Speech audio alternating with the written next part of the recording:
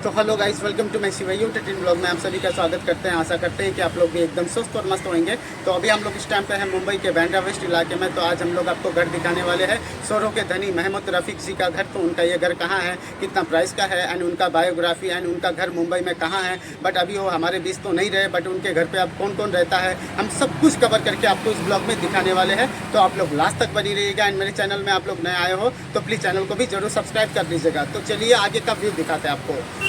तो फ्रेंड, अब हम उनके घर के सामने पहुंच चुके हैं। तो आप लोग यहां पर देख सकते हो, यहां पर लिखा हुआ है रफ़ी मैंसन प्लॉट नंबर 43 और दूसरे साइड में लिखा हुआ उर्दू में। ये इनका घर मुंबई के बांद्रा वेस्ट इलाके पर स्थित है। ये बांद्रा का बहुत ही पोस्ट इलाका माना जाता है। और देखिए इनके घर के आसपास का माहौल कुछ इस प्रकार का है। और इनकी जो बिल्डिंग के ग्राउंड फ्लोर में कुछ दुकानें भी हैं जिसे इन्होंने रेंट पर दिया हुआ है। अभी इस घर में उनके बेटे रहते हैं, क्योंकि जब इस घर को लेकर विवाद हुआ था तब उनके बेटे ही केस लड़ रहे थे। यहाँ पर काफ़ी दूर दूर से लोग आते हैं, रफ़ीक जी को याद करते हैं। तो आप लोग देख सकते हो, ये घर का मेन गेट है। और ये जो आप लोग बिल्डिंग देख रहे हो, 4 मंजिला बिल्डिंग, ये बिल्डिंग में रफ़ीक साहब की ही है पूरी ऊपर तक। तो आप लोग देख सकते हो इनके घर के आसपास का माहौल कितना शांत और कितना अच्छा माहौल है। रफ़ी साहब मुंबई में आने के बाद यहीं पर रहते थे। पहले वो एक छोटे से कमरे में रहते थे, लेकिन बाद में उन्होंने इस घर को बनवाया और अपनी ज़िंदगी उन्होंने इसी घर में बिताई। जब उनकी डेथ हुई थी तब इस घर के बाहर करीब 10 से 15 हज़ार लोगों की इतनी ज़्यादा भीड़ जुट गई थी और उनको जुहू के कब्रिस्तान में दफनाया गया था। तो देखिए फ्रेंड, यही उनका घर है। काफ़ी शानदार और बेहतरीन तरीके से बनाया गया है। इनका ये घर काफ़ी वीआईपी एरिया में बनाया गया है। यहाँ पर पहले एक बंगला हुआ करता था जिसको रफ़ीक साहब ने बनाया था। बाद में इस बिल्डिंग को खड़ा किया गया है।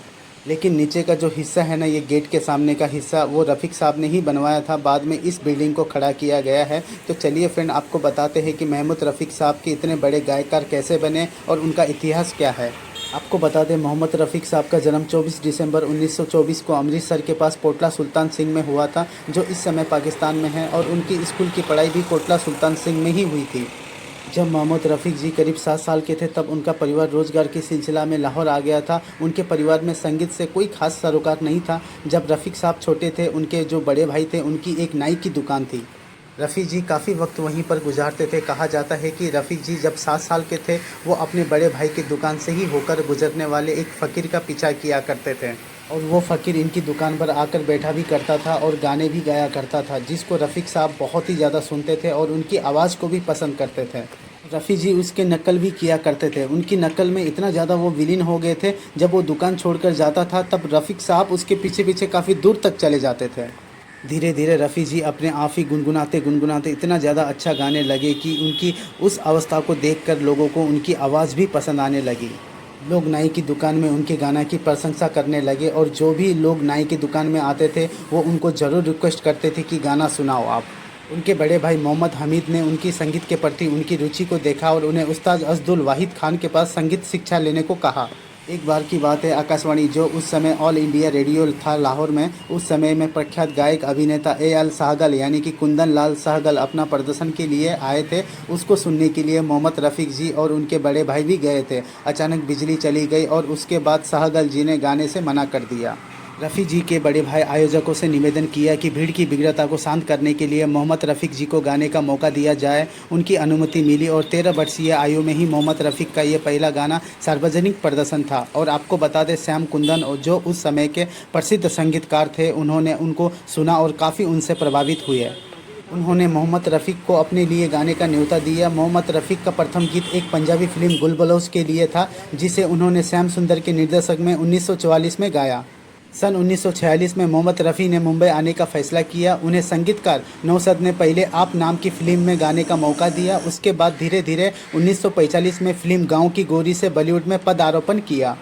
इसके बाद उन्होंने गौरी समाज को बदल डालो 1947 और जुगनू 1947 में जैसी फिल्मों के लिए भी गाना गाए। संगीतकार नौशाद ने होनहार गायिका का क्षमता को पहचाना और फिर फिल्म अनमोल घड़ी 1946 में रफ़ी से पहली बार और एक गाना तेरा खिलौना टूटा बालक और फिल्म दिल लगी 1939 में इस दुनिया में आए दिल वाले गाना गवाया, जो बहुत ही सफल साबित हुई। इसके बाद के वर्षों में रफ़ीक की मांगे बेहद और अनेक फिल्मों के लिए गाने लगे। आपको बता दें, जब रफ़ीक साहब 1944 में मुंबई जब आए थे, उन्होंने और हमें साहब ने भीड़ भाड़ के इलाका भिंडी बाज़ार के इलाके में 10 बाई 10 फीट का कमरा किराए पर लिया। तभी तन्वी नगवी ने उन्हें अब्दुल रशीद कादरा और महमूद खान और अभिनेता निर्देशक नज़ीर सहित फिल्म निर्माताओं से मिलवाया। तब श्याम सुंदर मुंबई में ही थे और उन्होंने रफ़ीक साहब को GM दुरानी के साथ एक युगल गीत गाने का अवसर भी प्रदान किया था। तो चलिए फ्रेंड, अब उनकी थोड़ी सी पर्सनल लाइफ के बारे में भी हम आपको बता दें। शायद ही कोई लोग को इस बात की जानकारी होगी, मोहम्मद रफ़ीक सर की 2 शादियां हुई थी और उनकी जो पहली वाली पत्नी थी उन्होंने रफ़ीक सर को छोड़ दिया था। मोहम्मद रफ़ीक की पहली शादी उनकी कज़न बसेरा बानो से उनकी पैतृक गांव से हुई थी। ये शादी ज़्यादा दिन तक नहीं चली क्योंकि बसेरा ने रफ़ीक के साथ भारत आने से मना कर दिया था। दरअसल भारत और पाकिस्तान के बंटवारा के समय में ये काफ़ी हिंदू मुस्लिम दंगे हुए थे और इन दंगों में बसेरा के माता पिता की मौत हो गई थी। इस दंगे से बसेरा की इतनी डर गई थी कि उन्होंने भारत आने से सीधा इनकार कर दिया और वो लाहौर में ही रह गई, जबकि रफ़ी अपने सिंगिंग करियर को जारी रखते हुए मुंबई में ही रहे। इस तरह इनकी पहली शादी का अंत हो गया। बाद में मोहम्मद रफ़ीक की दूसरी शादी बिल्किस बानो से हो गई। मोहम्मद रफ़ीक जी को पद्मश्री पुरस्कार सहित कई सारे पुरस्कारों से सम्मानित भी किया गया है। इनके पिता का नाम हाजी अली मोहम्मद और माता का नाम अल्लाह राखी था और इनके भाइयों का नाम मोहम्मद सफ़ी, मोहम्मद इब्राहिम और मोहम्मद दीन, मोहम्मद सिद्दीकी, मोहम्मद इस्लाई था और इनकी बहन का नाम चिराग बेबी और रेशमा बेबी था।